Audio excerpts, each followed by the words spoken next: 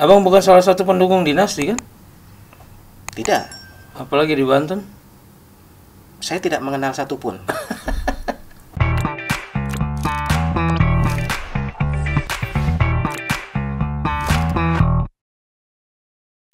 Assalamualaikum warahmatullahi wabarakatuh. Sahabat Banten Podcast, apa kabar? Salam sehat. Dan ada sesuatu yang menarik akan kita bahas pada sesi kali ini bersama Bang Hudjoli. Bang Hud panggilannya. Siap. Apa kabar, Bang? Alhamdulillah baik. Sahabat, Baik. beliau ini pakar hukum, politik, dan ekonomi, terutama filsafat ya.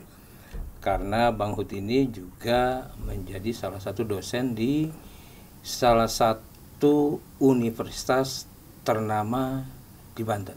Betul. Nah, kehadiran beliau tentu sangat berarti karena kita akan bahas tentang dinasti politik. Nah, indikasi dinasti ini ada di mana-mana ya. Ya, kalau kita cerita dalam paradigma umum, dinasti politik yang dipahami secara makro saat ini dia mengejala di mana-mana. Ini yang dipahami umum nih. Kita belum cerita yang benarnya dulu nih. Ya. Nah, yang benarnya gimana, Bang? Yang benarnya gini kan, dinasti politik itu kan sebenarnya desire, kekuasaan, hasrat kepada kekuasaan yang dimonopoli berdasarkan garis keturunan dan garis kekeluargaan. Jadi kalau misalkan ada keluarga, dia berkuasa, bertahta, terus kemudian akan dilanjutkan oleh kepemimpinan oleh anaknya, itu ya akan dilanjutkan oleh anaknya, dan seterusnya lagi. Ini desire to power, dia mereka hasrat untuk berkuasanya saja. Kalau dari seluruh kontestasi di 34 provinsi dari mulai gubernur sampai kabupaten kota, itu semua terindikasi atau Tidak, justru saya tidak melihat itu ya. Saya tidak melihat hasrat untuk berkuasa ini pada yang tadi disebutkan di setiap kontestasi. Karena ada basis itu, kontestasi. Dalam dinasti politik itu kan ya minus kontestasi. Dalam kontestasi menekankan kepada politik proses. Sebuah kontestasi kan ada proses, ada pencalonan, ada upaya agar mereka itu mendapatkan vote, agar mereka dipilih. Ini kontestasi. walaupun kontestasinya prosesnya manipulatif? Proses itu tidak manipulatif, tetapi dia memiliki instrumen-instrumen yang yang powerful. Saya punya daya dukung logistik, saya punya daya dukung popularitas. Ya, mereka punya modal sosial, punya modal kapital, punya modal simbolik. Ya, garis keturunan itu modal simbolik. Terus kemudian logistik untuk menopang popularity itu adalah modal kapital juga. Oke, Bang, biar clear nih, sahabat Banten Podcast. Coba Abang bisa kasih contoh mana proses yang disebut dengan dinasti politik dan mana yang bukan. Dinasti politik ini begini, orang tua memilih anaknya, terus kemudian anaknya berkuasa, minus proses. Abang bisa tunjuk contohnya? Di Indonesia kita tidak pernah menemukan proses itu. Oke. Di Indonesia kita tidak menemukan itu. Kalau ada orang tua menjadi tokoh, kemudian anaknya menjadi tokoh, ini adalah fenomena di mana dia local strongman. Artinya dengan keberadaan Banten saat ini, itu tidak bisa disebut dinasti politik dengan calon yang muncul saat ini. Jika ada kontestasi di dalamnya, terus kemudian ada proses politik di dalamnya, yang kita percaya bahwa proses politik itu tidak bisa sepenuhnya diintervensi ya oleh power tadi, ya itu bukan dinasti politik. Oke, walaupun ada sebaran di Banten, masih satu keluarga itu nggak bisa disebut. Itu mengejala. Kalau misalkan sebaran itu mengejala. Ya, misalkan di Jawa Tengah misalkan ya, ada keluarga Dewi Sri ya. Kota, mereka mengejala. Kakaknya, adiknya di beberapa menjadi kepala daerah.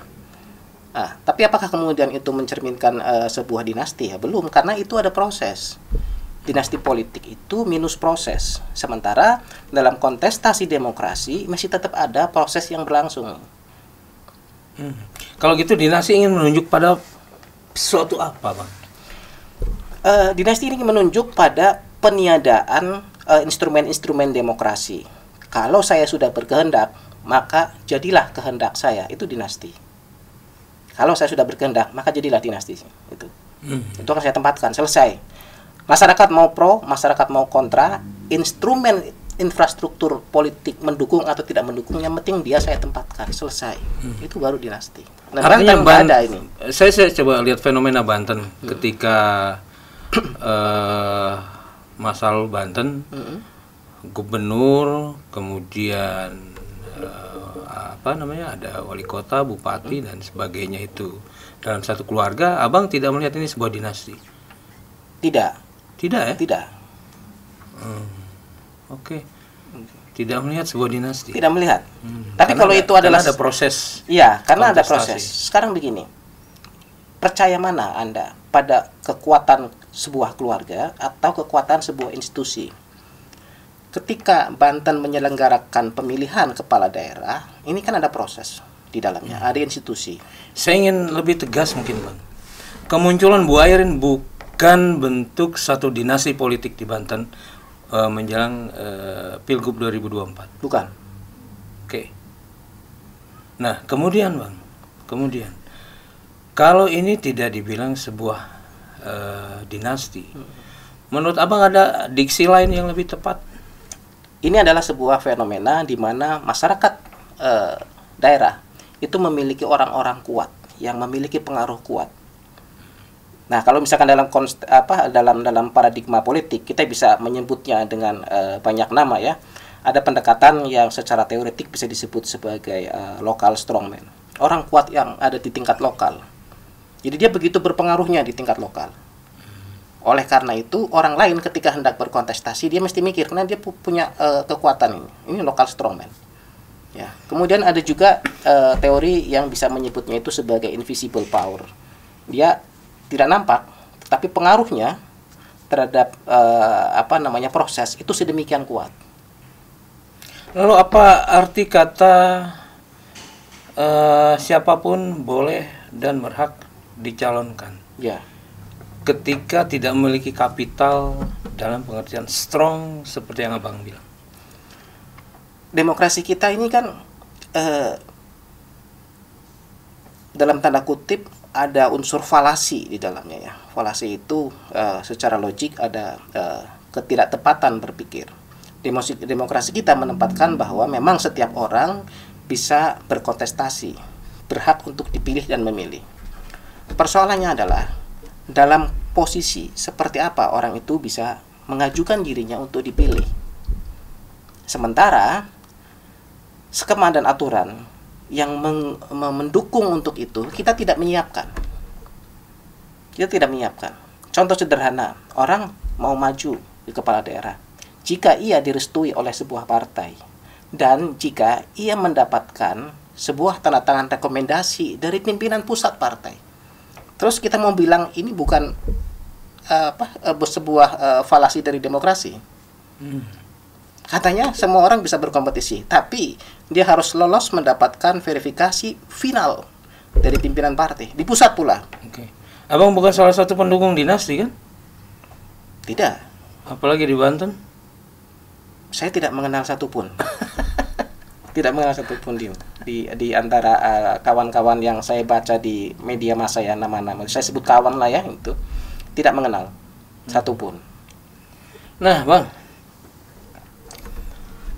dominasi power yang kemudian dalam praksis politik lebih sering diidentifikasi sebagai kekuatan uang.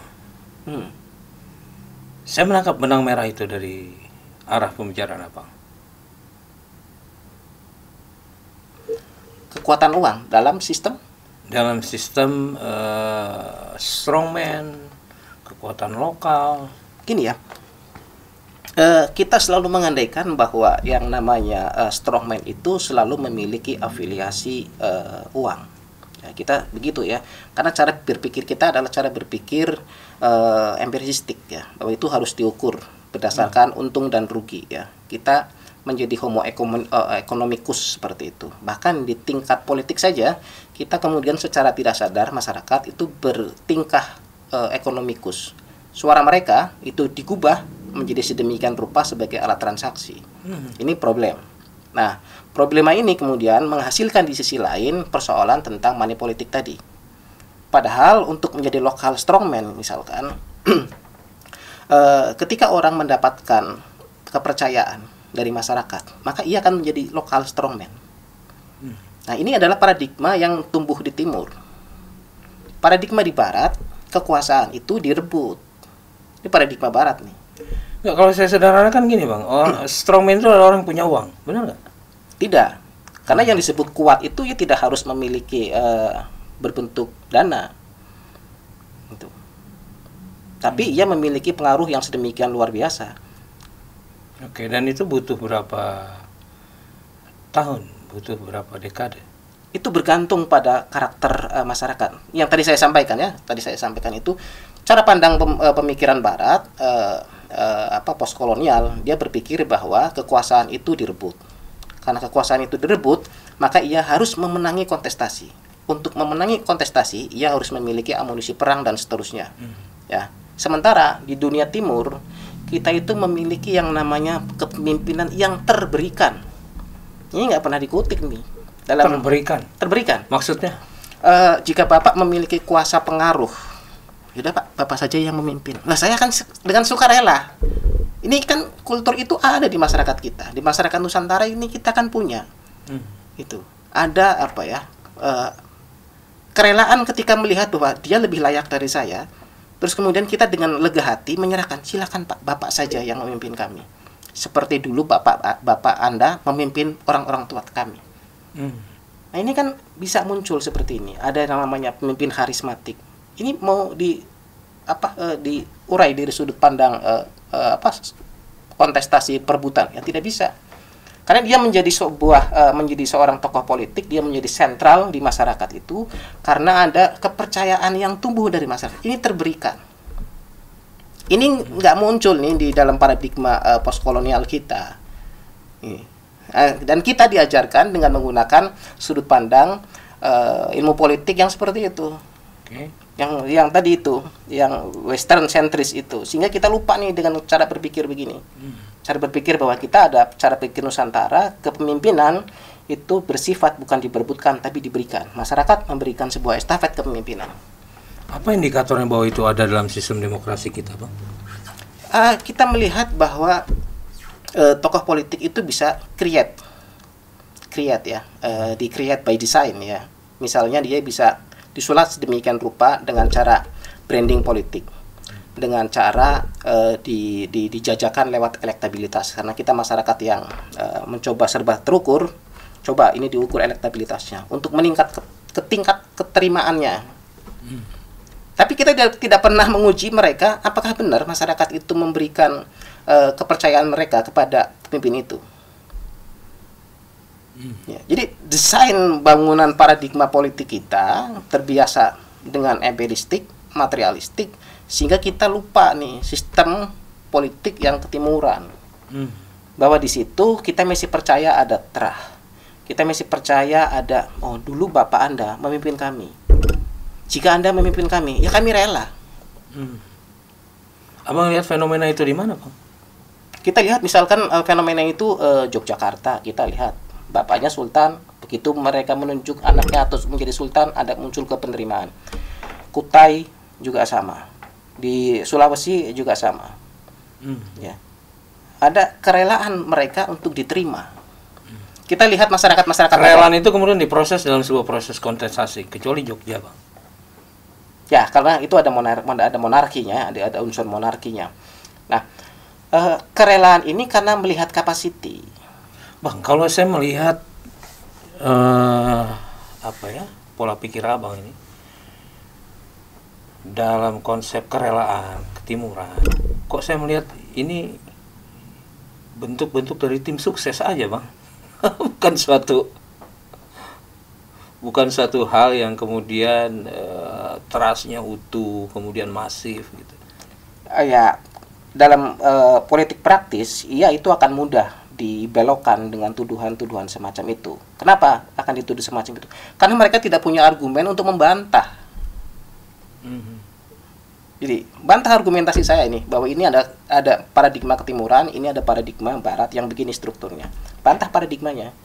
Kalau mereka nggak punya kemampuan untuk membantah paradigma ini, maka satu-satunya jalan black campaign. Nggak, maksud saya sebelum ke sana, kerelaan itu kan biasanya memang hadir dalam tim sukses dan tim sukses yang kemudian selalu mengklaim terhadap trust itu. Tapi kemudian di luar tim sukses kan nggak menjadi suatu yang abang identifikasi sebagai budaya ketimuran. Iya. Nah, tadi saya sebutkan itu ya. Ketika pihak luar yang ini kan selalu ada pro kontra ya sudut pandang itu. Mereka yang sudut pandang pro, mereka akan membenarkan. Oke, itu penilaian ya secara paradigmatik. Akar persoalan politiknya diurai. Mereka yang kontra tapi tidak memiliki argumentasi, mereka akan menyebutnya sebagai ini bagian dari corong politik. Itu karena miskin argumentasi. Mereka yang kontra tapi mereka memiliki argumentasi, mereka akan membangun. Corong politik dengan tim sukses itu beda loh, Bang. Ya, bisa jadi. Bisa jadi. Tergantung dari sudut pandang mana corong dan suksesi itu dilihat.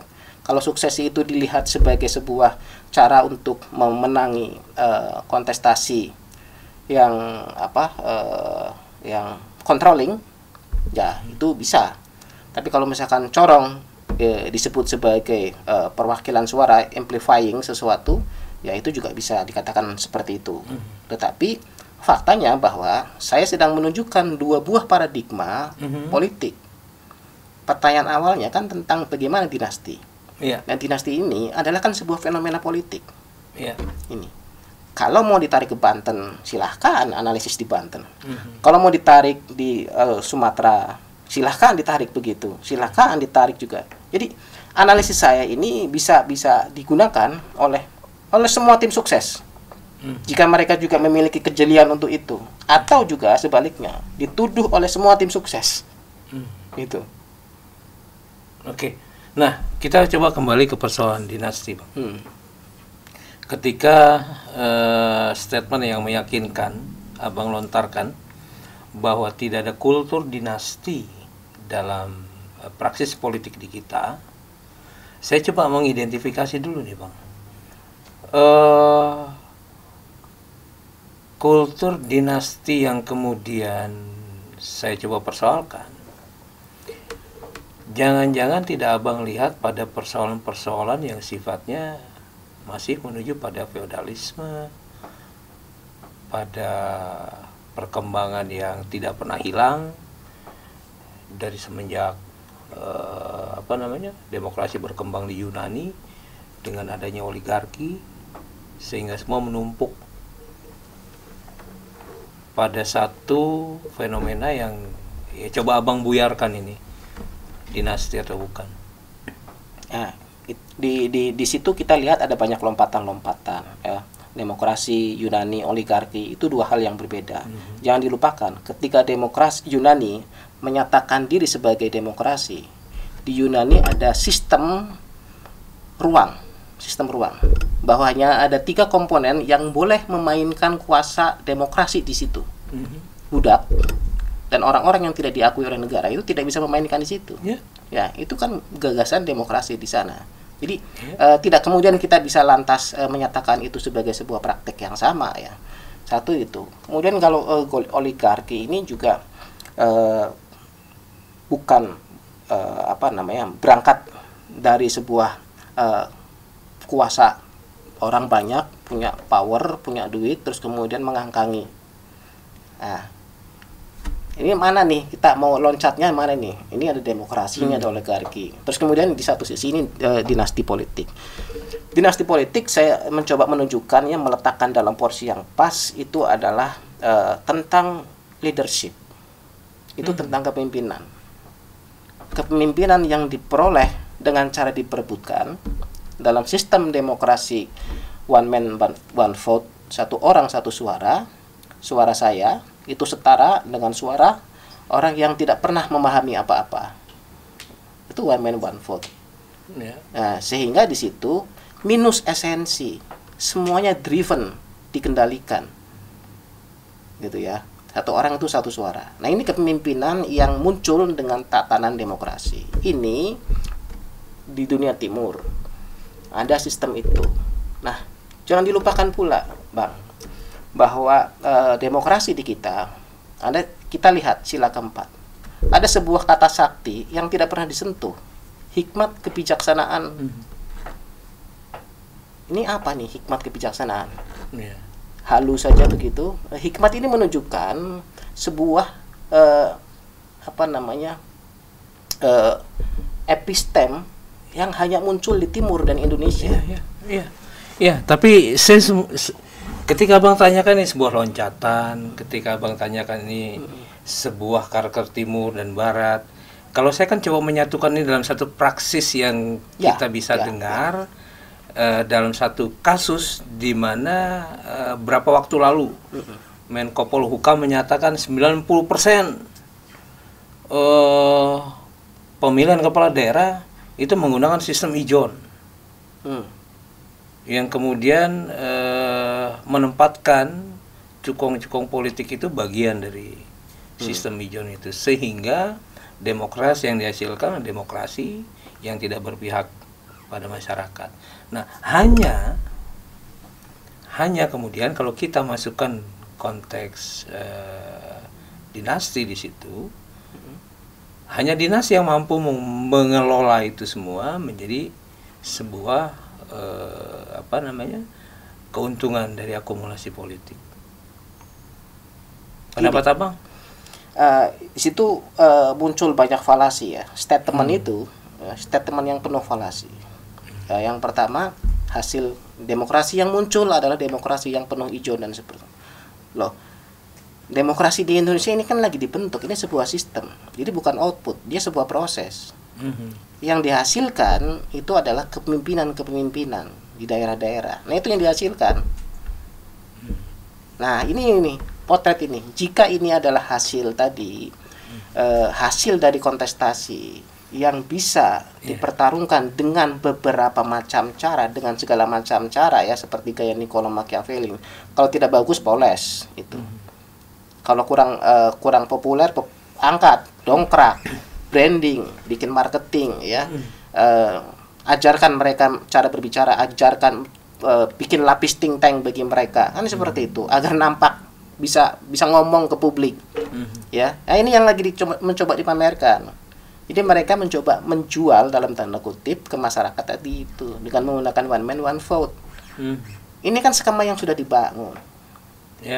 Jadi tatanan mereka, kalau sekelas Menko Polhukam menyatakan begitu loh, dia punya kuasa untuk mengatakan tidak kok kepada sistem begitu, dia bisa punya kuasa untuk melakukan perubahan. Nah, tapi kok kenapa yang dikomentari itu output? Nah, yang saya sebutkan sebagai evaluasinya. Terus kemudian dikaitkan dengan dinasti politik ya. Jika politik, tatanan politiknya itu di Nusantara ya, di semua pilkada daerah bersifat kontestasi seperti ini yang bisa di-create ya dengan macam-macam teknik rekayasa politik, bisa digunakan seperti itu.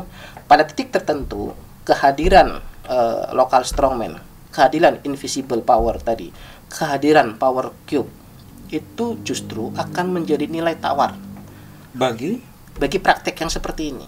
Misal, pusat menempatkan Doraemon di satu daerah. Doraemon saya tempatkan ada di daerah. Semua logistiknya saya kelola agar masyarakat itu menyukai Anda.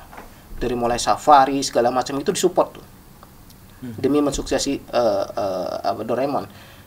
Nah, jika masyarakat daerah tidak memiliki local strongman, tidak memiliki invisible hand, tidak memiliki kepemimpinan yang udah Pak, terserah Bapak, yang ada orang-orang yang dipercaya oleh publik, ini ya akan masuk begitu saja, akan diterima begitu saja. Tapi jika ada power cube, simpul-simpul massa, Titik masa ini mengatakan jangan si A, jangan Doraemon, karena Doraemon itu kucing. Ya, pilih Nobita, karena Nobita itu orang. Nanti titik yang lain mengatakan sebentar, titik yang lain mengatakan jangan Nobita karena Nobita cengeng, dan seterusnya kan. Jadi ini ada pergolakan, ada penerapan. Tapi Abang melihat proses kontestasi kepala-kepala daerah yang hadir sekarang itu melekat sila keempat. Itu pertanyaan pertama. Yang kedua, Abang tidak mengkhawatirkan lokal strongman ketika kemudian menjadi pemimpin daerah, kemudian tidak melakukan sebuah dominasi kekuasaan dengan menempatkan kekerabatan, kemudian tidak mengkhawatirkan pengelolaan APBD yang kemudian menjadi bagian dari upaya kontestasi ke depan? Nah, ini pertanyaan yang menarik nih. Saya mulai dari yang pertanyaan pertama. Kita tidak bisa mengeneralisir pemilihan kepala daerah itu dalam sebuah skema yang sama. Ada perbedaan-perbedaan. Kenapa? Karena tadi karakteristik kultur masyarakat itu juga beda-beda. Tumbuhnya tokoh-tokoh yang dicalonkan itu juga berangkatnya dari titik yang berbeda. Ada dari titik di mana mereka membeli tiket partai. Ada dari titik di mana mereka itu sungguh-sungguh memiliki kemampuan untuk memperoleh itu. Nah, ini titik berangkatnya beda-beda. Tapi jika cerita tentang sistem yang digunakan oleh negara, yang diizinkan oleh negara untuk menggelar pilkada senusantara ini, ya tentu kita bisa mengatakan bahwa dia masih belum memiliki hikmat kebijaksanaan. Belum memiliki hikmat kebijaksanaan. Kenapa? Karena arsitekturnya masih ini, arsitektur yang one man one vote, terus kemudian orang bisa di-create dengan segala macam cara, itu Doraemon. Jika ia disupport oleh pusat, ditaruh di daerah, jadi dia. Oke Bang, pertanyaan terakhir. Yang kedua belum dijawab tadi ya, iya, yang itu. Tapi saya lupa tadi pertanyaannya apa yang kedua. Pertanyaan kedua tadi mengenai kekhawatiran dari.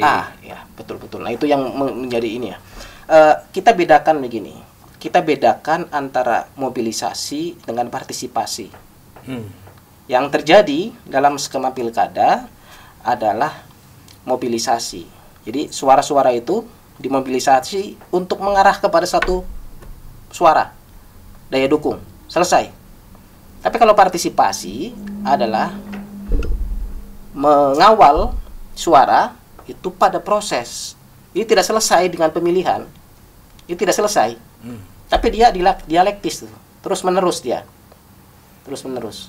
Tapi kalau mobilisasi dia akan selesai di titik pemilihan. Menang udah selesai mobilisasi. Nah, maka di daerah-daerah ya dimanapun termasuk di Banten jangan mau dimobilisasi, bangun partisipasi. Nah ini yang menarik, Bang. Langsung saya masuk pada kasus. Ini kan 2024 Banten baru terlihat buairin di mana-mana.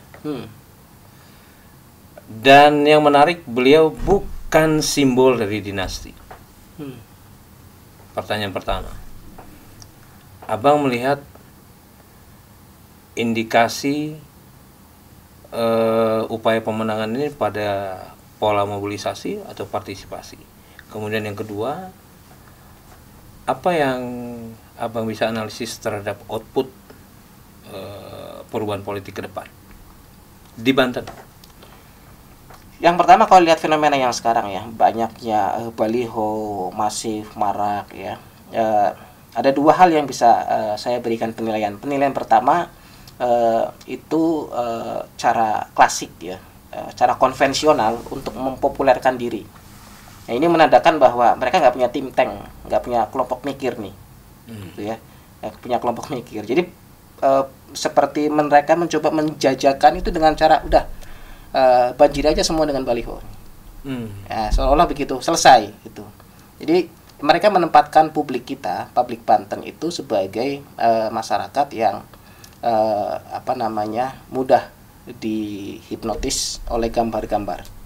Ya, seperti anak kecil ini ada gambar permen nih, mesti akan tertarik, kan? Asumsinya seperti itu. Ini yang dikhawatirkan, ya. Harus ada kejelian untuk mengubah dari gaya mobilisasi ke gaya partisipasi. Dan Banten belum memiliki itu.